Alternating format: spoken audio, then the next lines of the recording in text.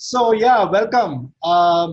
We are at the end of another intense lockdown, another day to go, and then yes, of course, the lockdown continues, but probably not as intense. I know it's been slightly confusing, these words: intense, complete, partial.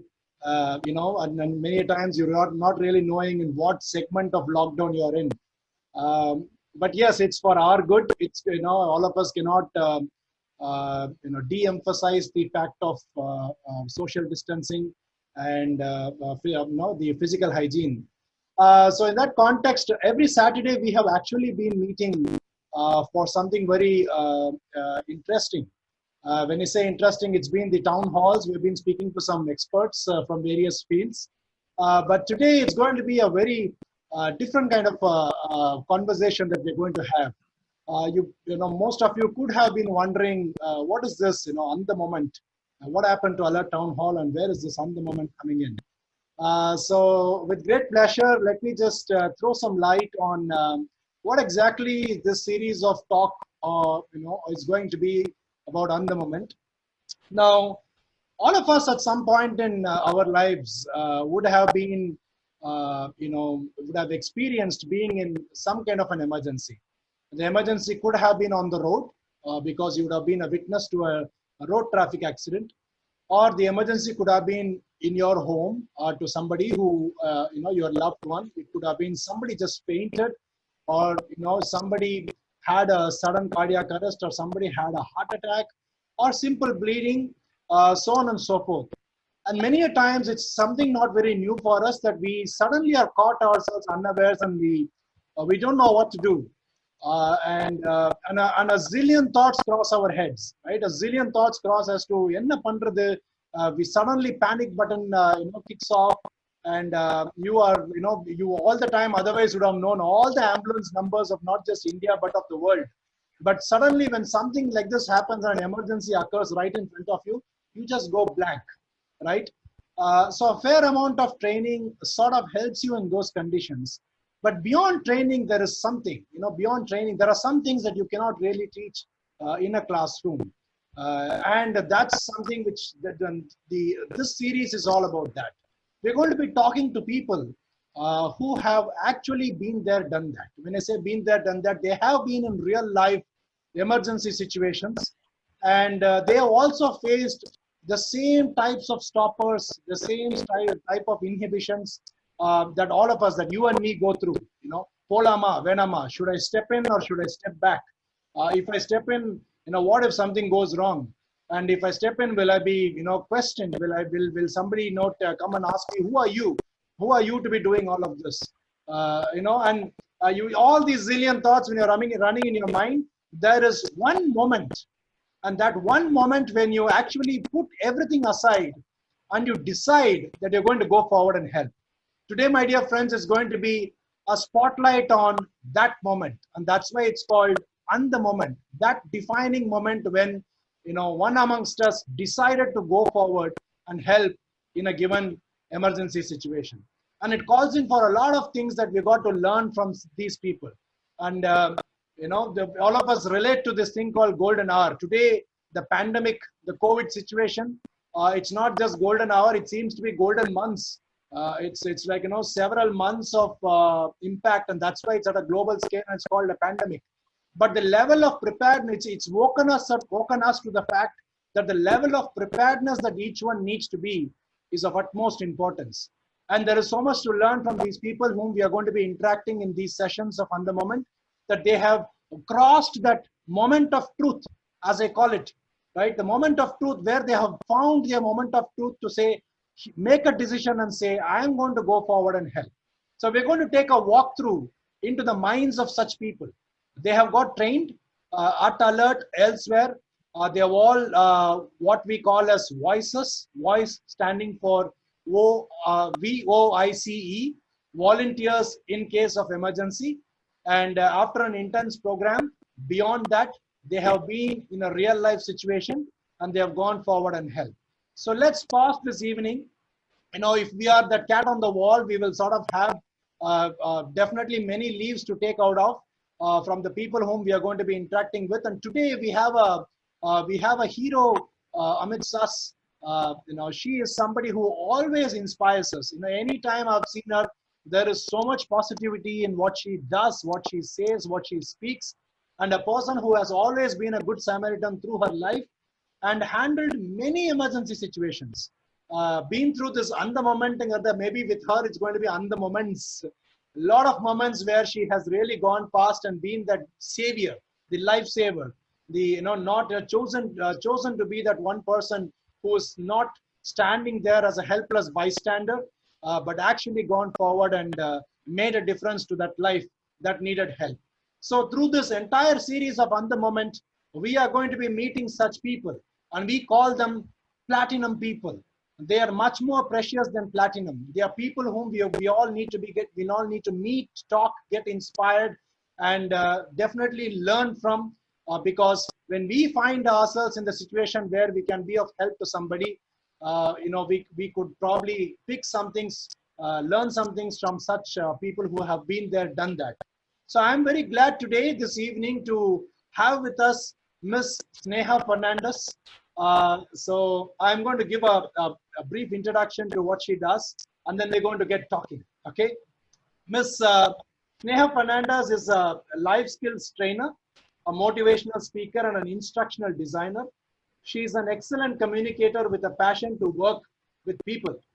Sneha's strength lies in people, so much so she is known for her people-friendly approach and her adaptability and flexibility to varied industries and their peculiar, unique requirements.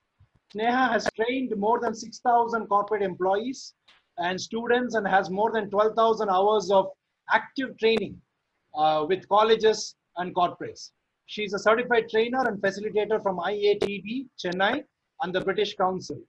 She has worked with the police on community policing for over 12 years and is currently with the International Justice Mission to rescue people on human trafficking and bonded labor. And last but not the least, we have known her for a long time. She's a long-time member, a core volunteer at Alert. She's a trainer at Alert, and she's a voice volunteer in case of emergency at Alert. A pleasure to have you as always with us, Ms. Sneha. Welcome to this evening of On the Moment. Thank you so much, Rajesh. It's always a pleasure to be interacting with Alert since you all have given me a second life in terms of able to heal or save a life is a second life. Every time you are able to help somebody, it's like reliving the entire situation, and that way you get a second life. Lovely. So it's a pleasure, and thank you so much for inviting me for this program, as well as all the volunteers and the would-be volunteers out there. You're blessed to be here in this program, and very soon we would like to see you this side of the screen also. If I remember, I joined Alert, Rajesh, I think many years ago. I've forgotten exactly when. Right. For a simple example, for a simple experience, when a very close friend of mine died of a snake bite. Mm-hmm. And he was taken to a local hospital, and they were searching for some neem tree to see whether it is a poisonous snake or a non-poisonous snake. And all they had to do was tie the person's hand. Mm-hmm. That was not done, and by the time he was taken to the hospital, he passed away. And that is what motivated me into joining Alert, and each instance keeps me motivated. Thank you so much. No, it's our complete pleasure, and I have heard from you personally some of the differences you have made to life in very difficult situations. So today, my dear viewers, watch out and listen to her speak through some of the moments that she has, gone past to actually make a difference to people's lives. So Sneha, I will start off with a question. I'm sort of looking at you. You've handled many situations, and I'm looking at making a request to you to share some of the real life experiences and situations that you have faced. let me start off with asking you, any of those, one of those emergency situations where you have been, where sort of you knew very well that, because you intervened at the right time, you could see that the course of chance for the person to come back to, recover back to normalcy got better. And, so finally you saw a smile on somebody's face, and something that, because you entered, that changed the course of the recovery of a person. So can you share some such experiences that you have had in that, fashion? Oh, definitely, Rajesh. There was an incident right opposite my house, and we have an elderly couple who stayed there and still Sneha, stays there. I'm And just going to yes, request you to slightly be louder. can you hear me now? Yeah, Is lot it better. much better? Yes, yes. Okay, thank you. Um, right opposite my house, there's an old couple, and suddenly I heard a noise, and I rushed over to see that the old lady had fallen down, and she was not able to move her legs, and there was nobody around apart from two old men out there. Uh-huh. And somehow we carried her and put her on a bed, and then suddenly I realized that her face was going in different directions, and she was not having any control over what she was doing. And when I asked her a question, she was not able to answer. Mhm. And immediately I knew she was going in for a stroke. And her daughter was far away in Kilpauk. So immediately I called her and I told her, she said, immediately we will take her to the hospital. And somehow we were able to put her into the hospital. And because we took her on time, we were able to identify the seriousness of it, uh, and rush her to the hospital immediately. The doctor said that saved her. Actually, we rushed her to Sundaram Hospital in Ananagar, and doctor said because she was brought in on time, she, it averted a big problem. And I think within 3-4 days she was discharged. Mhm. So that was a very, it brought a lot of happiness to me that I was able to do that at that point of time. So her daughter also was very happy, and they also were very happy about it. So the identification of an issue or the problem also is very, very important. If our observation skills are very, very important. Many a time we get into simple things of bleeding or a cut, or if a person is fainted. However, there are so many other aspects to it, Mhm. and we need to be very, very observant too. And I think I thank Alert because I was able to identify those points which would bring on a stroke, and I was able to help the old lady. It's not my work, it's Alert's work and God's work that helped me to do that. I mean, so you being there at the right time made all the difference. And let me just put a spotlight on, when you exactly went and saw this lady, before you identified, were there what was running in your mind at that time? Is it like, what did you anticipate? Did you go in anticipating something? Or was it more about, let me go see, and then, depending on what I see, I will take my next steps? What was your state of mind at that point in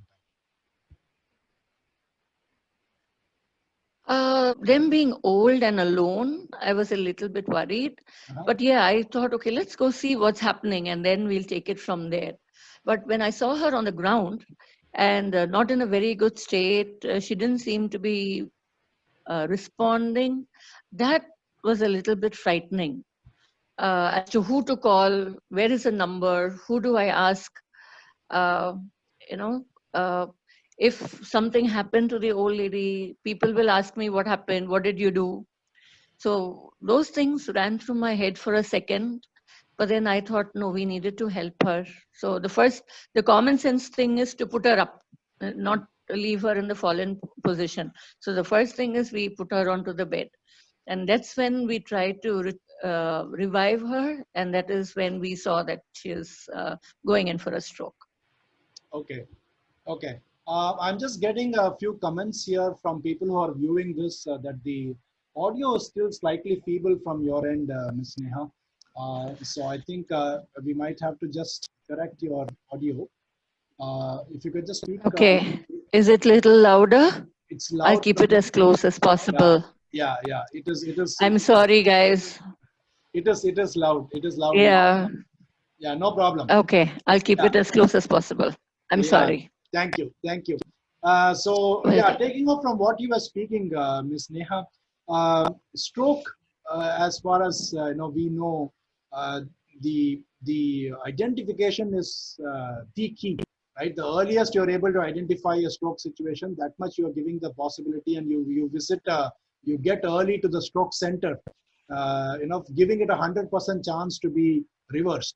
And if not, it could lead to even probably paralysis, right? So you reaching there at the right spot, and most importantly, you having the presence of mind to quickly read the scene and sort of anticipate that this could be a stroke, take steps to take the person to a stroke center, makes a big difference. And kudos to you for doing that. Thanks to Almighty that you were there at that point in time, and kudos to you for taking the right steps. So I actually freaked out, Rajesh. I freaked out and I was like, call a friend and find out, are those the actual symptoms? However, I couldn't reach the other person, but I took a call and said, yeah, those are the symptoms, and we took the person out. Yeah. very nice, very nice. And I'm glad to know that at the end of this intervention, people who are listening to this, you might think, as much as you can actually go ahead and render first aid, in this particular experience that Ms. Neha is sharing, just identifying what could be wrong and taking the right steps so that the expert intervention can be ensured. That becomes very important, specifically in situations like that of stroke, right? So I'm going to ask you another question, a very, very typical problem many of us face, specifically when we go forward and help people. We are right now probably talking road traffic accidents or not just road traffic accident, any such emergency. Many a times we set out with all the right intentions to help, right? Because we want to help and we have been trained for that, right? And sometimes, God forbid, but then sometimes you just find that many a times, many of our volunteers have also come and spoken about it. You'll find that amongst all the stoppers, one of the stoppers will itself be people, one, not cooperating, two, some of them even probably doubting your intention itself. Have you ever faced such a situation where you have gone forward to help somebody, but you had, unfortunately, you had to convince people that your intentions are just nothing more than the person who needs that help, or any such experiences you have ever had where you had to address something so fundamental as people, probably even doubting intentions? Yeah, that's a very good question, Rajesh. I have one unforgettable moment, and actually that moment came as a shock to me. But then the alert has taught me a lot of patience, wherein we put the patient or the victim first, no matter how we feel or what are our emotions inside. We need to lock it up and make sure that the victim is safe or the person is safe and attended to first. There was this accident that I met. I saw close to T Nagar, and the girl had fallen down and hurt her head on the road divider, and she was bleeding, and there were a lot of people there. So I calmed her down, and all the while she was saying, "Don't call my father, don't call my father, don't call my father." She actually came from a very poor family, and she was a chartered accountant trainee, and her father was a mason or something in Kumbakonam. And so we just had to calm her down and say, okay, not calling your father. And she was feeling dizzy, and we had to tell her, keep her awake till she reached the hospital. Okay. The hospital was good. They took her in. They didn't hesitate at all. However, the people who handled, after some time, I had a couple of people coming in one after the other to ask what happened. And then we had to tell them the whole story. Now, this girl had a cut on her head and she had a dislocated shoulder also. And there was a time when somebody came up and told me, we have seen cases like this. இதெல்லாம் நாங்க பார்த்திருக்கிறோம். They presumed that she was my housekeeper or maid and I had beaten her up. And that is how she, I was so shocked. The exact words the woman used was, இதெல்லாம் case பார்த்திருக்கோம். நிறைய பேர் owners எல்லாம் வேலை செய்யற ஆளை அடிச்சுட்டு அப்புறம் ஆக்சிடென்ட்னு வந்து சொல்லுவாங்க. I was so worried about this girl that a comment like that comes out was an actual shock for me. And when continuous statements were being made, I felt this rise of anger, and righteousness that says, I came to help. How dare she say such nonsense to me, And then, as I said, alert taught me one thing. The victim is very, very important. So I had to say no. The girl is more important. I need to keep her down. I needed to calm her. I needed to make sure that she received the aid, help first. And so, yeah, so wherever you go, you may not get 100% support. You may have people saying many things. I think we need to take it with a pinch of salt and keep in mind only the victim. And sometimes it can be really very irritating when people keep talking all the time when you're trying to do something concrete or constructive. But yeah, we need to have patience and just ignore that aspect of it. Or be very, if you are good, sorry, go ahead. Yeah, but did she get attended and did she sort of get her yes injury yes. addressed? Yes. No, not a problem there. She got her head sutured and with some funny remarks there also. And then we called her boss, for the person who she works for, and they came down and took her to the auto to fix her shoulder. So I called on them 3-4 days later and she was perfectly all right. Okay. So that was a good ending, but the comments and the thing was a shock, very rude shock, because I've never had an experience like that at all. It was a shock, yes. But at that point in time, you totally ignored, ignored your own anger and emotion to sort of give back or even respond to such such don't want to call it allegations, but that's what it is, and then so the viewers, I mean, these are things you can't teach in a classroom, right?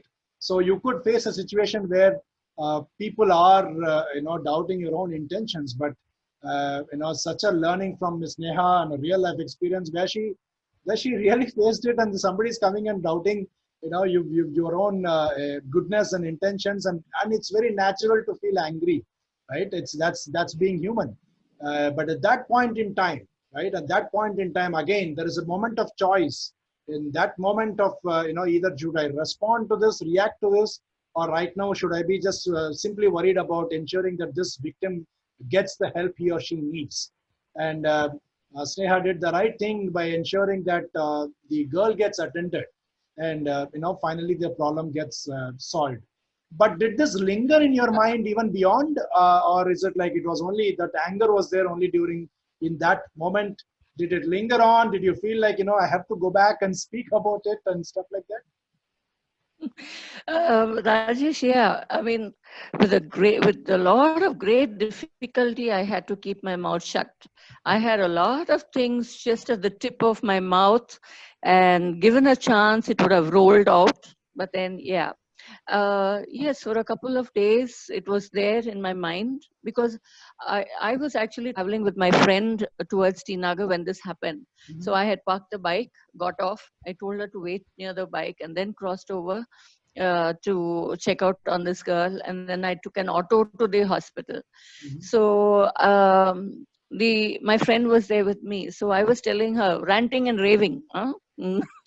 I couldn't keep quiet. So for 2 days, I was like, how can, imagine how these people will treat other people and stuff like that. So I wanted to go back and just have a talk and, a nice, decent talk and say, this is, being the trainer and me wanted to go back and give a session out there. But no, then we said, no, we're not doing that. It's okay. We learned from it. So we just left it.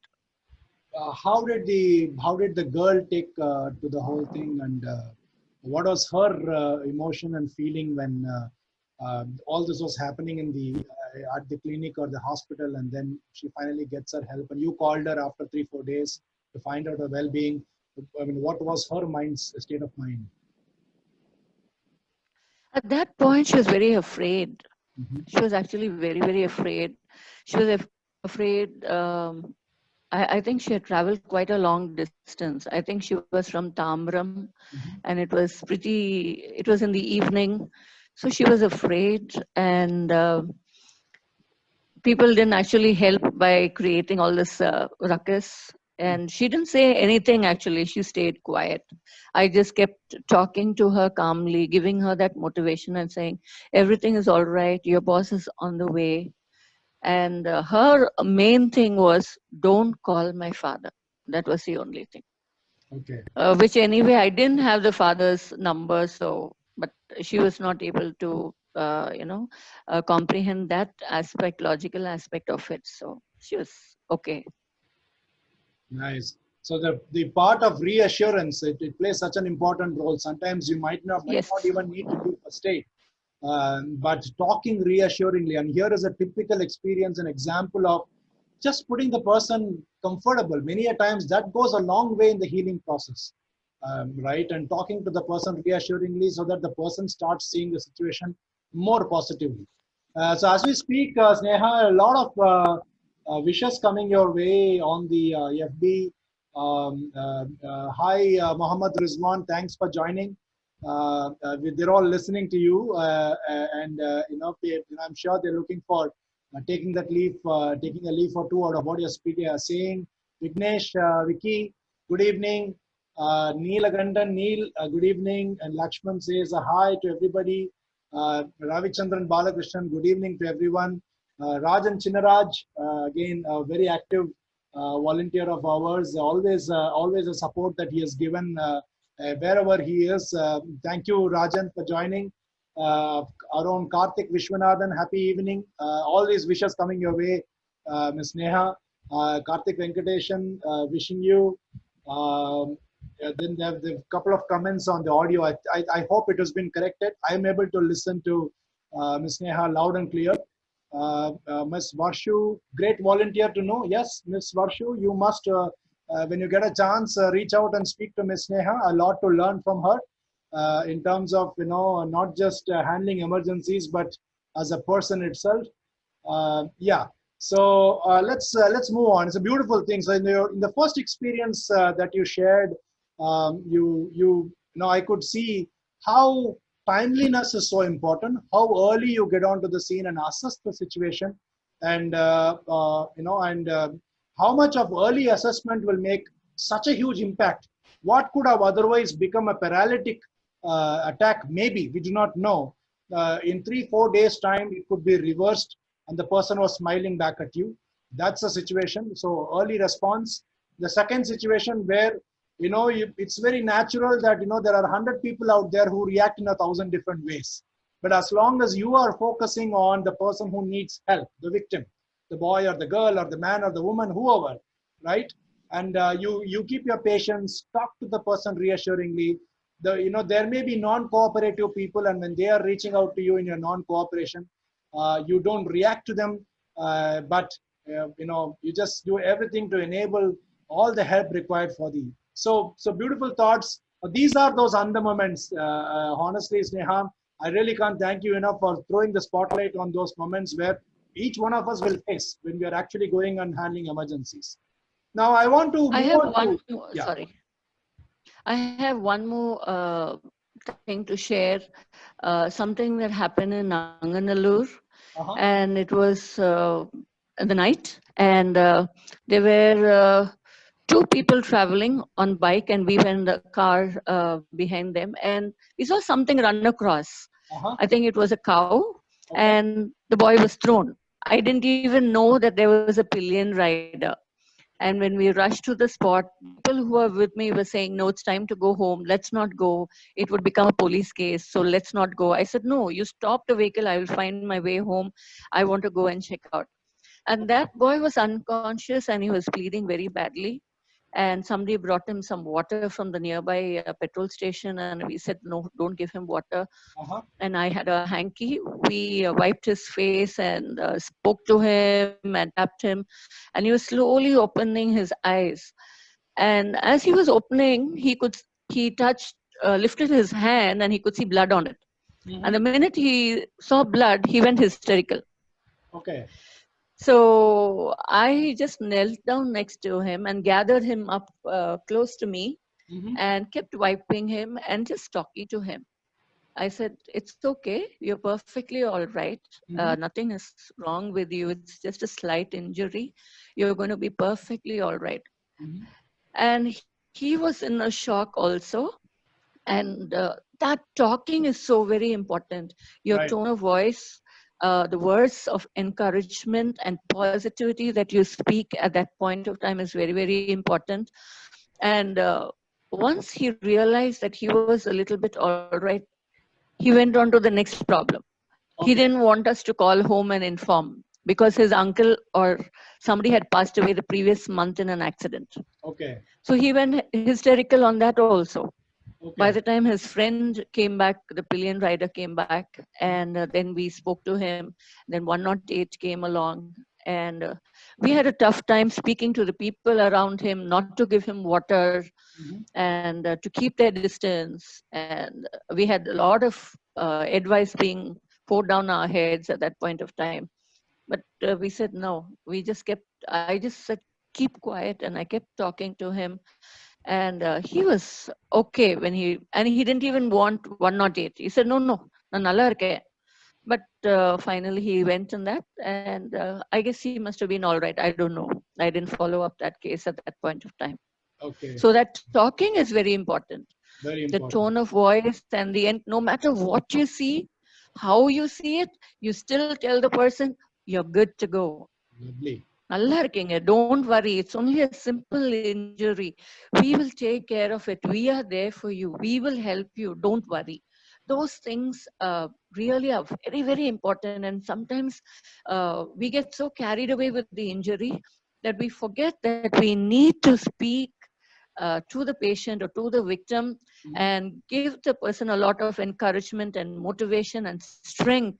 Our words give them the strength to overcome what they have faced at that point of time. So Right. you're right when you say that speaking is very important. Very true. Very true. Dear viewers, just three words.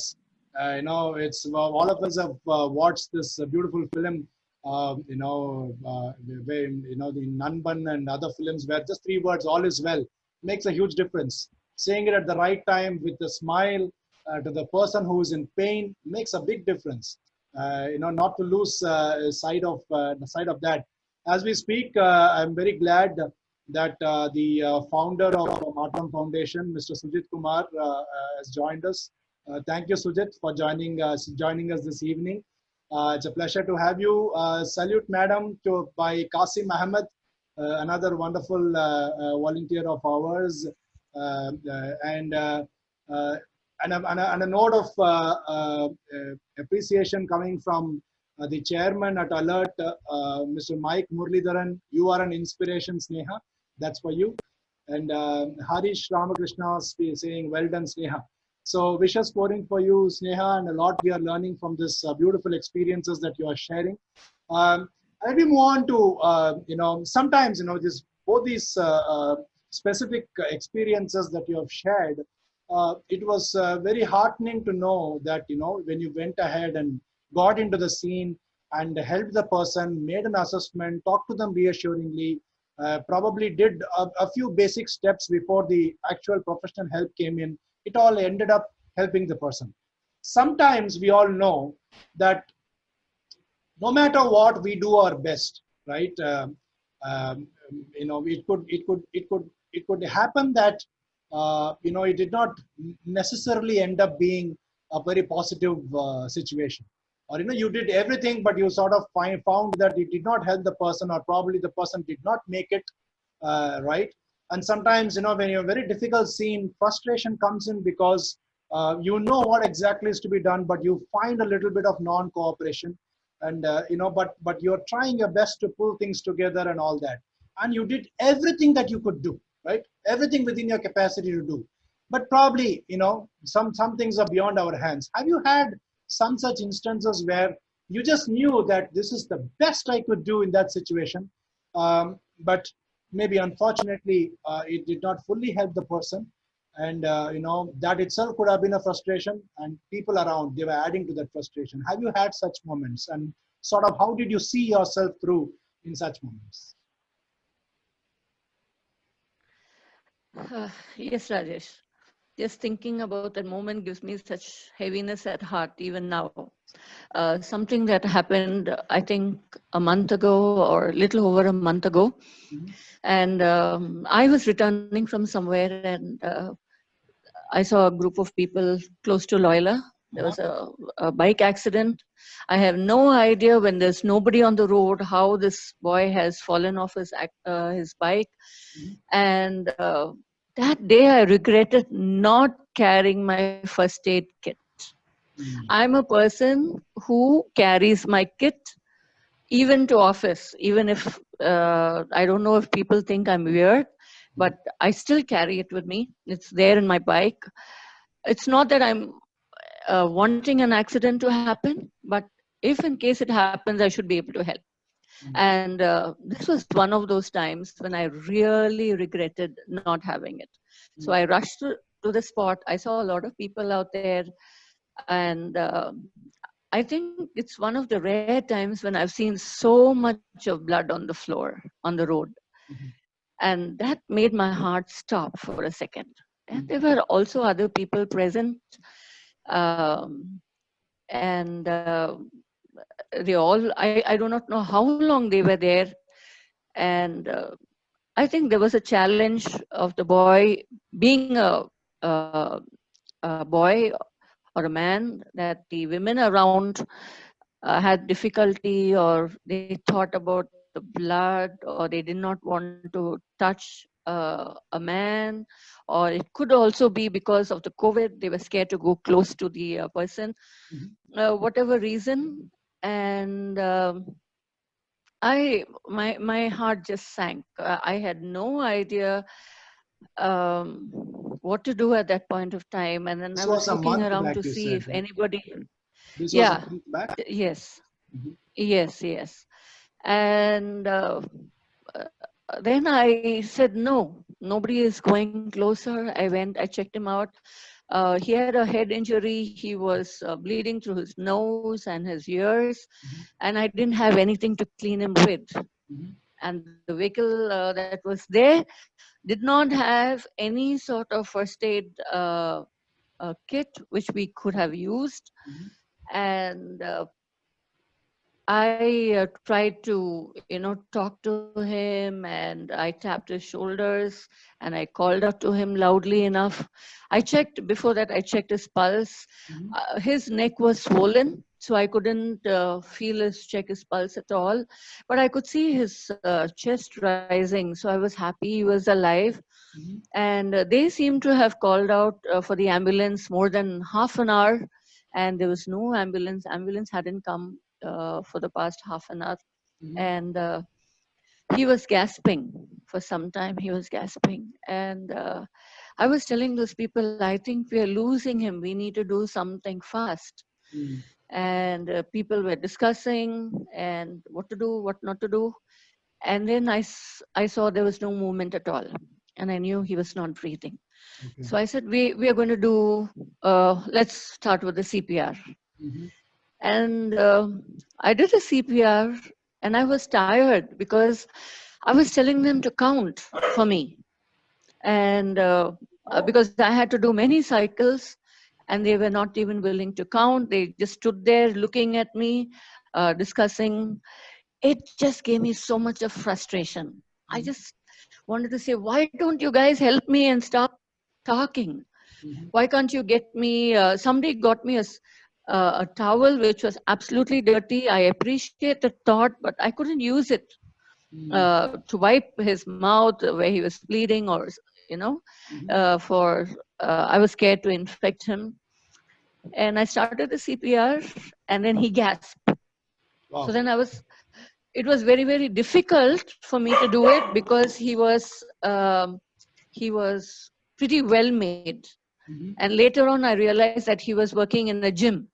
Okay. We got the report saying that he stayed in Perambur and he worked in a gym. And he gasped, and then I knew he came back, which was good.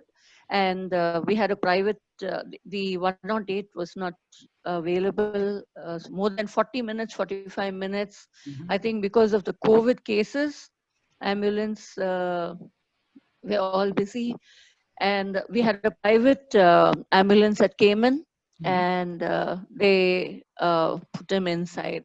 Mhm. And that also was, we wanted somebody to help him, to carry him inside, and that help also we did not get. We got with great reluctance.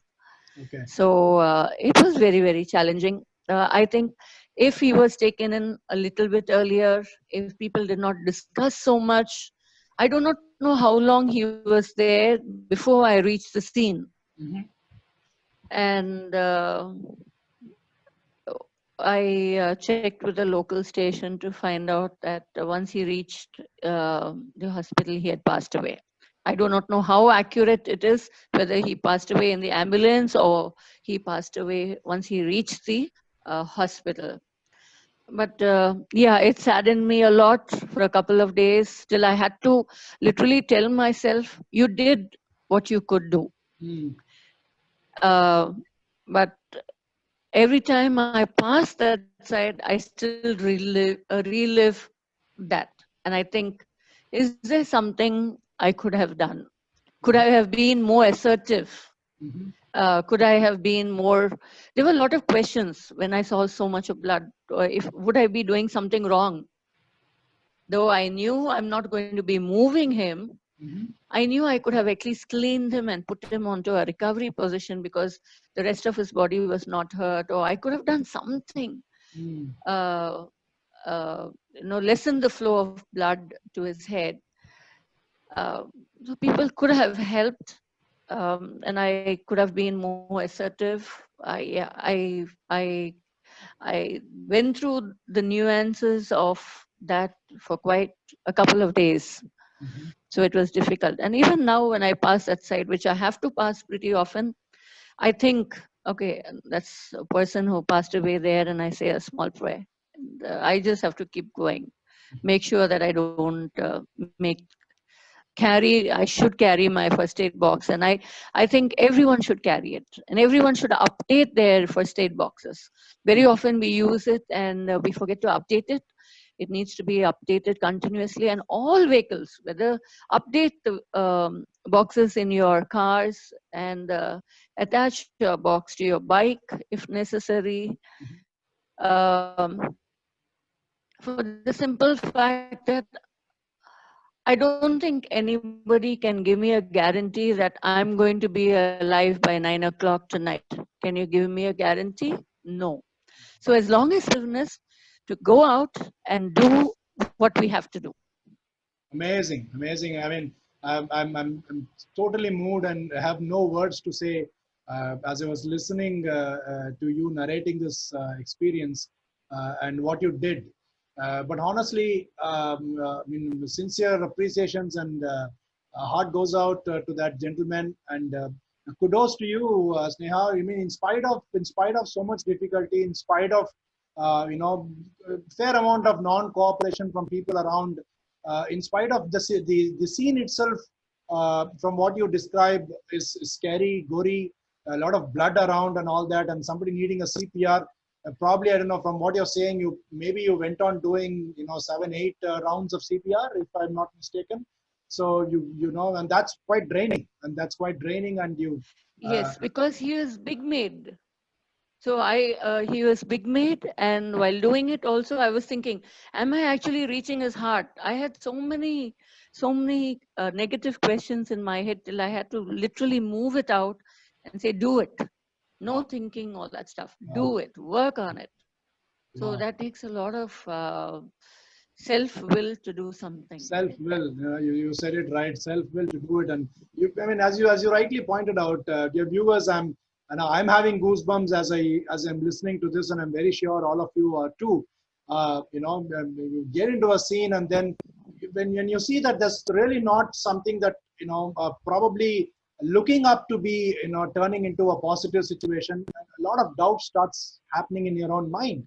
But you have learned something, and you know how to go forward and do it.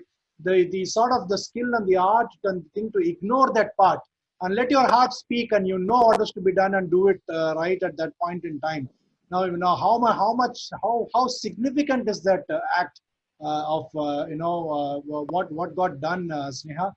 Hats off to you. For other dear viewers, I can see some posts pouring in, saying, wonderful, Sneha, you're an inspiration. At least you tried and recovered him through CPR. Karthik Vishwanathan reaching out to you. Well done, Sneha. By Harish reaching out to you. But we all know, we could probably be in that kind of a situation where you could have probably gone forward and did everything that you can do. Probably even frustrating moments as the way you were describing. An ambulance ends up coming 30 minutes later. And you said this is last 1 month. So probably, you're very true. The COVID times, probably ambulances are all busy doing so many other things and all that.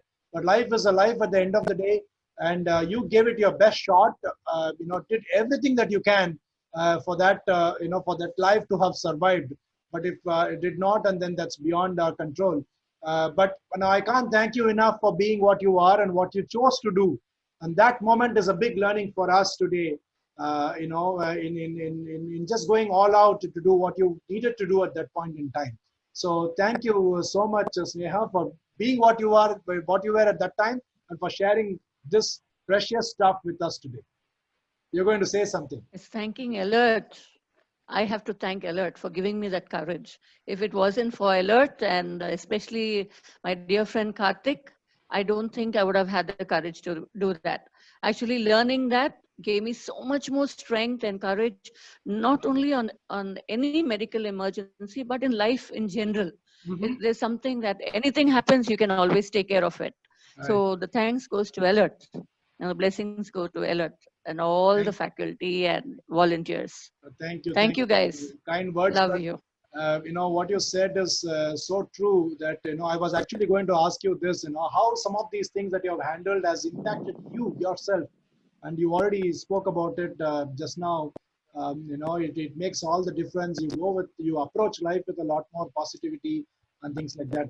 I have one question from one Mr. Ravichandran Balakrishnan. I will sort of take that, and I think he's alluding to the second incident that you spoke about in the last 45 minutes.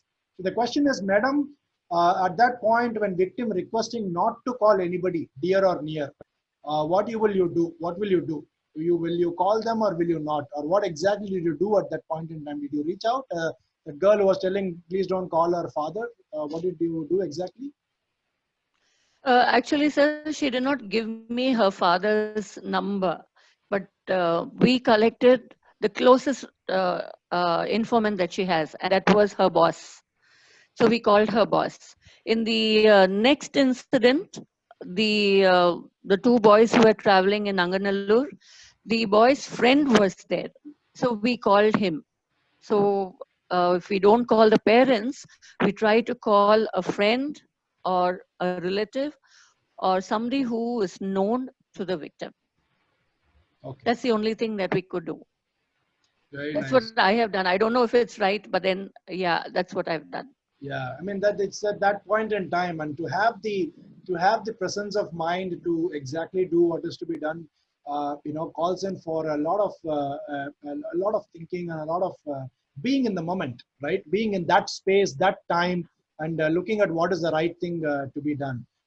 Now, I'm sort of intrigued to ask you. Of course, yes, I'm not just asking because you attended the training programs at Alert, but overall, how much of training, as all these are innate things like the love and the compassion, the motherly instinct that takes over you every time you sort of see somebody needing help. But I also want to ask how much of a formal training and how much of a training makes a difference to accentuate and converting your intentions into action. I think the first thing, Rajesh, you need to have the heart and the will to help, okay, without expecting anything. Right. So that is the first thing. It's like you could say it's a initiation, Mm-hmm. okay? Oh, that's a seed. And then I think I just did the 2 day, the first 3 hour session of the basic first aid, and then I did the 2 day session. Uh, I think that should be enough because your modules are pretty comprehensive, Mm-hmm. and it could help you sail through a variety of issues. And since you're already continuously in touch with all of us, we learn from other people's experiences. We Right. get motivated, and all situations are not the same.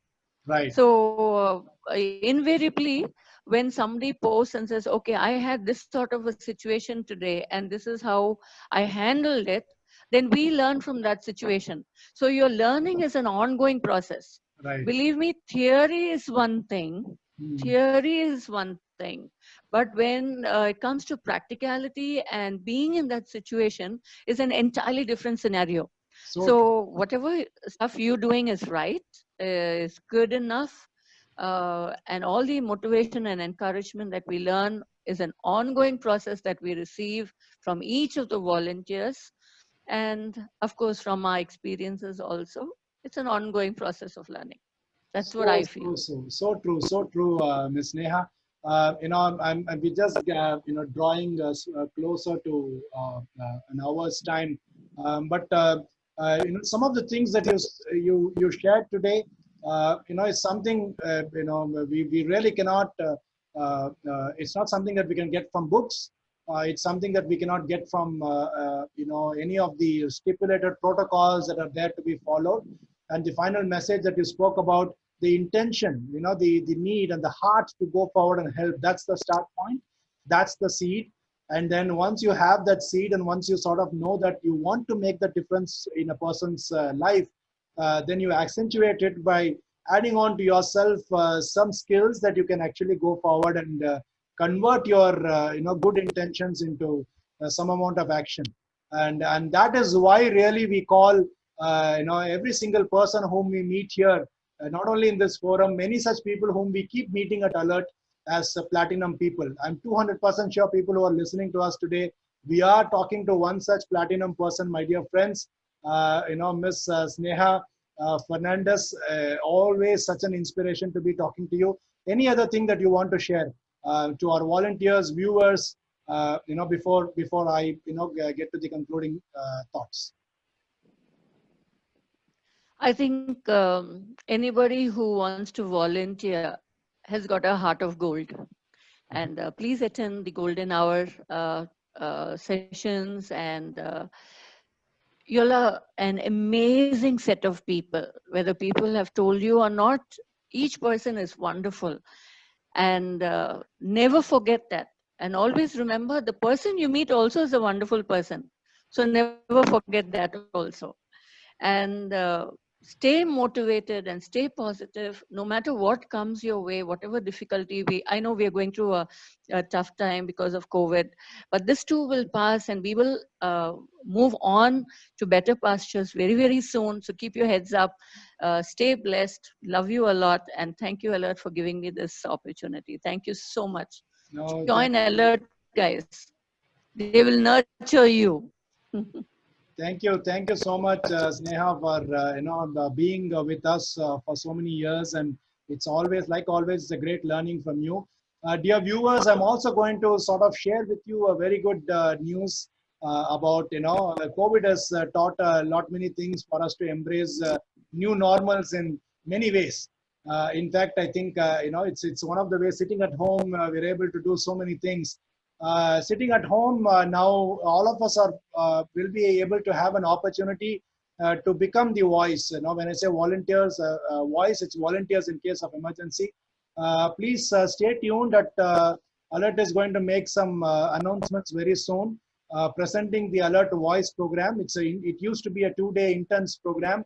It's going to be reintroduced in a very different avatar, that you can stay at your homes and you can still empower yourselves with the required skill sets that you will need, so that you can give expression to your heart. You can give expression to your golden intentions to be of help to somebody. And nobody can more emphasize this than the situation that we are living in, where the pandemic has redefined the whole thing and has woken up to the fact that preparedness is something we'll all need to be having at all times. It's not only when a pandemic happens, right? So to be prepared is something, it's a state of mind, and we got to be prepared at all times to be facing small emergencies to big emergencies, so that we can be the difference when a life is at threat. So watch out, please stay tuned. The Alert Voice program is coming in a totally new avatar, and please enroll yourselves. I'm not doing a marketing talk out here, but I'm just glad that we've been able to find a way out to ensure that this is something which we believe that empowers people in the right way, and we can still deliver that to all of us, within the confines and the comforts of our own home. So stay tuned for that, and look forward to seeing you in those programs, so that we will be those lifesavers and life changers. And from there, we don't wish upon an emergency to anybody, but when that happens, we find ourselves as people who are not helpless bystanders, but as people who can make the difference in that person's life. And probably will be more than happy to be meeting you where Ms. Neha is sitting here today, sharing those experiences to the world and telling the world, what is it that one can do in real life situations. Okay. So with that, I'm going to draw a close. The inaugural session online of On the Moment had a great start with Ms. Sneha. Always a pleasure to be having you in such moments with us. And you are On the Moment. And I'm very sure you spoke 3 incidents, and there are many more. Probably people should reach out to you more to understand many more such experiences and learn from that. So Golden Hour Platinum people, signing off for today and for this week. Let's look for the goodness to prevail. Please stay home and stay safe, and go with positive thoughts. Have a good night's sleep, and have a great day tomorrow and a week ahead. Thank you so very much. Thank you so very much, Neha. Thank you, Rajesh. It's a pleasure is mine. Thank you so much. Thank you.